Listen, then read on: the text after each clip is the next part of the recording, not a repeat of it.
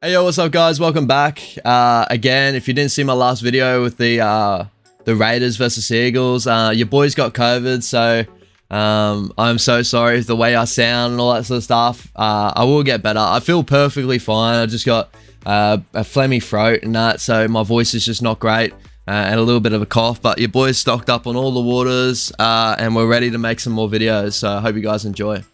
So now we're on to the Roosters versus Tigers, and I thought overall from both teams it was a nice hit out game. Great energy from both teams. I thought overall the start of the game was all pretty much Roosters. I feel like the Tigers came out strong defensively, wanting some good hit outs. Their forwards started off strong, other than that silly penalty, which I don't know how Tamau stayed on the field for that one, but it is what it is. Stay positive, but basically they came out with all their big boys and tried to show a force, and I think when the Roosters got their opportunities, they took them. People like Sammy Walker and that played pretty well in this one, but the Tigers edged themselves back, and which is good signs for the younger Tigers. Obviously they still got a long ways to go with their errors and stuff like that, but we'll get more into that when I go into my notes. But basically, so the Tigers 16 points to 8, winners of this game. Halftime score was 8-6 to the Roosters. So in the first half, as I was saying, it was a very Roosters heavy game. So with the Roosters, Paul Moborowski and Kevin Nagwama, second and the 15th minutes scoring tries. None of those tries were converted. With the Tigers, Zane Musgrove, Luciano Leilua, and Alex Seyfarth in the 74th minute. Zane Musgrove in the 37th and Luciano Leilua in the 65th, and two of those tries were converted, one by Luke Brooks and one by Jackson Hastings. So we go into the player stats. So the top performing players for the Roosters in tackles was Victor Radley with 35, Daniel Tupou with 159 run meters, Daniel Tupou with the most line breaks with 1, which is obviously, as I said in the last one, a lot of them probably had 1. And the most fantasy points, 43 for Paul Moborowski, who had a decent game in this one. For the Tigers, Otter Ikamanu with 31 tackles, Ken Mamalo with 170 meters. It's good to see old Kenny running around like he used to. James Roberts with 1 line break. As I said, take that with a grain of salt. Everyone probably, there was a couple of players maybe with 1 line break and that, but he played all right. And most fantasy points, Luciano Leilua, which we all seem to expect with 79. So basically, notes on this game with the Tigers squad. I thought the Tigers defense in the first half was strong until some silly penalties from like Tamau, a couple of things like that. It's crazy that he did get to stay on the field with that. Other than that, he did look pretty good. Overall, he looked like he was trying to take a leadership type role, but obviously attacking the legs of a kick, that's kind of not the best look for footy. I know he was just trying to pressure the kicker, and obviously with the jumping in the air off the kick from Walker didn't make it look any better. But we don't need that in our game, and I know Tamau probably felt really bad for that, but just one of those brain lapse moments. I think the Tigers, I know it was a pretty wet game overall, but I think with the Tigers, attacking set seemed to be very simple to start with. Obviously running through their forwards first, which is a good sign for the Tigers. I think they just need consistency and a little bit less errors in their game. I feel like last year they just gave so many teams better opportunities and they just couldn't defend off their errors. So I feel like that was their biggest problem. And the games they did win, usually they just came out, played real strong, and played through their best players like Leilua. I thought players that stood out to me, players like Tuolangi played really nicely, hit a couple of nice short balls. It was good to see him run some really good lines. I'm not too sure where they've picked him up from, but I feel like he's going to be a good player for the future, running in that number 11 jersey, running off Luke Brooks. I thought Luke Brooks had a decent game in this one. Obviously, he played to his strengths, which is more so his running game. I feel like Jackson Hastings kind of steered the ship a lot better. He held down the fort on their side, setting up where the players need to be. He had a couple of nice runs as well, and within the second half, he really kind of grabbed the game himself and took over. But it is good signs for that partnership there, that he can relieve a lot of the pressure that Brooksy's had the last couple of years. because we can all agree Brooksy hasn't had the most amazing couple of years, even though he won Player of the Year for the Tigers last year. Too many questions with that, but I feel like Hastings allows Brooksy just to run and have a clear head as a halfback, which is good. I feel like this video is pretty much going to be saying a lot of like praise to Hastings. I thought he had a really decent game, but I really like how he just gave Leilua, as I was saying in my last breakdown of Manly and that. I feel like DCE tries to play too short with Olakau'atu, where I feel like he plays better if you just give him early ball, give him that time to run, hit the line. Obviously not too early where you're too far back, but obviously not go right up to the line and try to play off that line, because they're going to line up a big player like that as soon as he hits the ball. Where if you give him early opportunity, you give him a little bit of space where he can make a move, I feel like that's where those sort of players shine. So there was a lot of times there where Hastings just gave the ball really nice and early to Leilua. Leilua was able to use the footwork at the line, a nice offload or a nice fend, and cause havoc. And also a very nice try from Leilua, chasing on a kick. He's going to be in for a damaging year. He looked pretty fit in this one, so I'm excited to see how he goes. I thought Otta Ikamanu played really nicely. He had a really nice short ball to give Musgrove. He hit a nice short ball to Musgrove for the try in the 37th minute. I think that was their first try of the match. And I thought he played really strongly, really nicely in defense, and in attack he carries a lot of boys on his back and breaks the line where he needs to. I felt like Austin Diaz played really good in this one. I feel like he's got a little bit of ways to go, but he could definitely push for a bench spot in this team. I feel like he brought a lot of energy, hit the ball really hard, and when he came on, he looked pretty damaging. Another player, I'm not even, how am I going to say his name, but number 21, Ngatakora. I'm so sorry if I said that wrong, but he's got a little bit of Brendan Smith to him. I did allude to that in my last trials video. I did see a lot of Brendan Smith in him. His hooker work doesn't look too great. Like his service out of hooker is not amazing. I think he's a better runner of the football, very cheese-like. If you could chuck him into like a lock spot or maybe a bench spot where he could play 14, like he could definitely fulfill that hooker spot role. But he definitely excels at more broken play or running the football, where he's very low center of gravity and he just doesn't give up on any play. Defensively, I feel like he's pretty good as well, and obviously tackles under the ball. A very nice little player playing in reserves at the moment. Definitely check him out if New South Wales Cup's being played this year.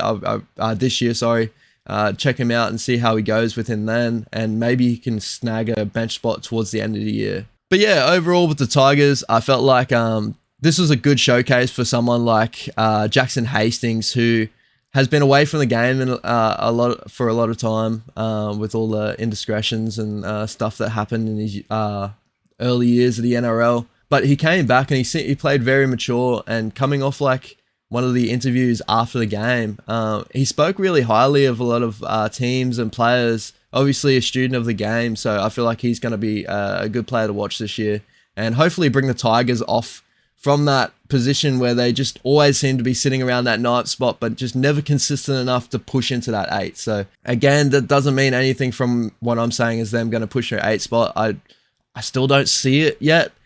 It's going to be really tough this year to figure out who's going to be in that spot, because a lot of teams are getting better. And I feel like that's to the downfall of the Tigers. Like, they've had their opportunities in earlier years, but they do look better, definitely, with the team that they've got. I think they just need to stay consistent, get the errors out of the game, and they'll be in a good stead. So with the Roosters, pretty much very similar to last week. I didn't want to read too much into it because the Roosters are such a studded squad. Obviously didn't have all their best players in this lineup. They had a lot of players that have come back and filled a couple of spots, but obviously for me, the biggest standout was someone like Victor Radley, who I thought had a really, really great game. You could just see the difference that this Roosters team has with someone like him, that he takes that first receiver role off hooker, and a lot of it, when he hits the line, there's a lot of attention on him, and he's got a really nice passing game where he'll pass out back to either Sam Walker or Manu, or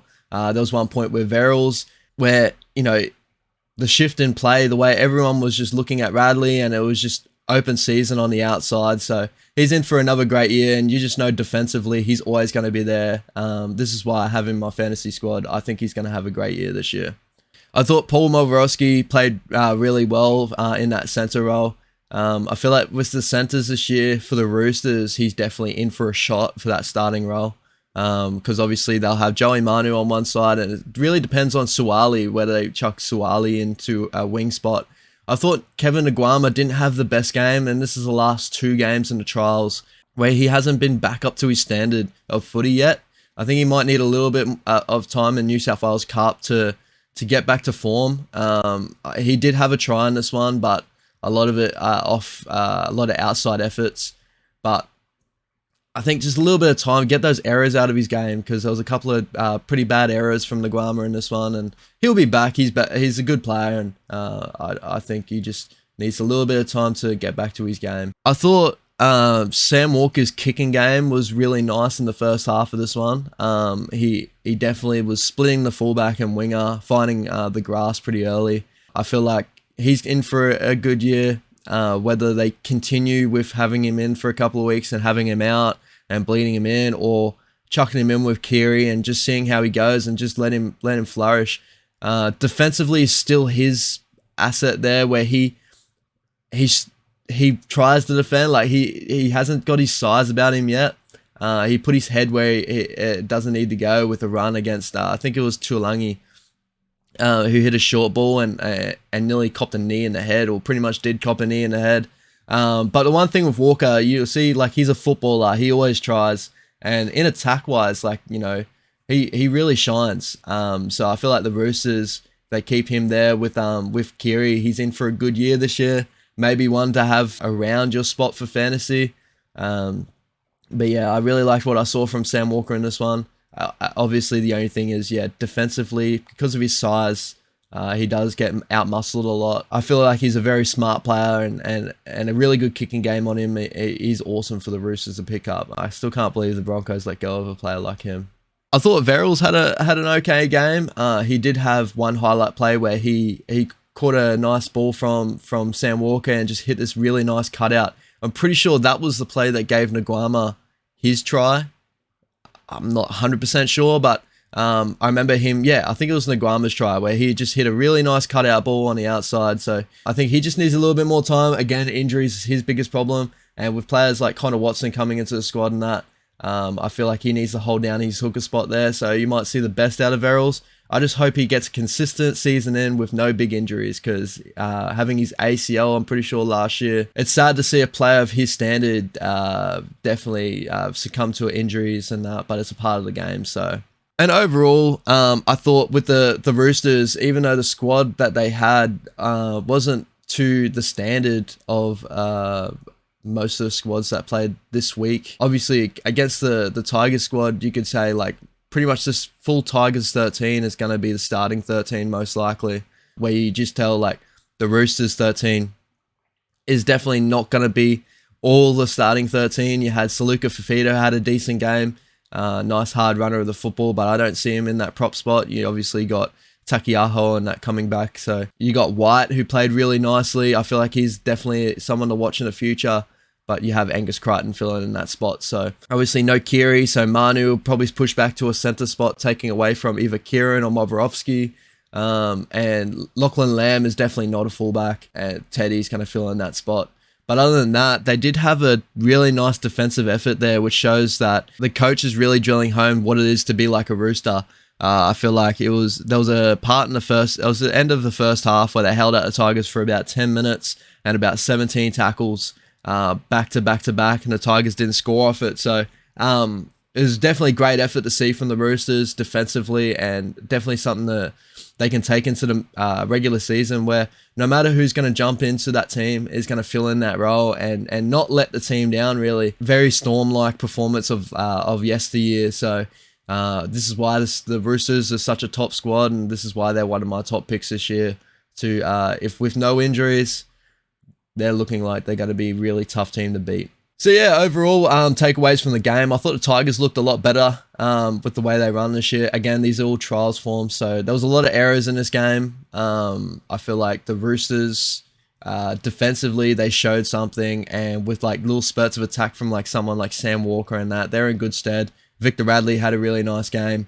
And for the Tigers, Luciano Leilua, if this is the type of service he's going to be getting all year from Hastings, and Hastings taking a lot of pressure off someone like Luke Brooks, I think they go in for a decent year. They just need to fix up little errors in their game. I think it was the same with the Raiders in their game. If they can fix up the errors, they're going to be a really nice team. The only problem with the Tigers is defensively, it's whether they can defend those spots against a top squad, like a full strength squad. So defending their errors is really a tough thing there. Obviously, with silly penalties and errors, it's going to come with the game. It's really, you got to defend those sort of things, and I think that's what separates a squad like the Tigers to a squad like the Roosters. But yeah, guys, I hope you enjoyed this little breakdown of what come in. You got players like Laurie and stuff that are going to have a good season this year. I feel like overall, I really enjoy doing videos like this, so I hope you guys enjoy. I know I recorded this today on Saturday. You got the Titans and the Warriors coming up, which I'm gonna have a decent breakdown of, and a couple, obviously the rest of the teams to fill out the rest of the weekend. So hope you guys enjoy, like and sub. Let me know what I need to improve on that. Again, sorry about the COVID. Can't really help it, but it's gonna be a long week ahead for me. Most likely you might see this video go up on a Monday, depending on how my weekend goes. So yeah, hope you guys really enjoyed the video. Again, like and subscribe, and yeah, peace out. Have a good weekend.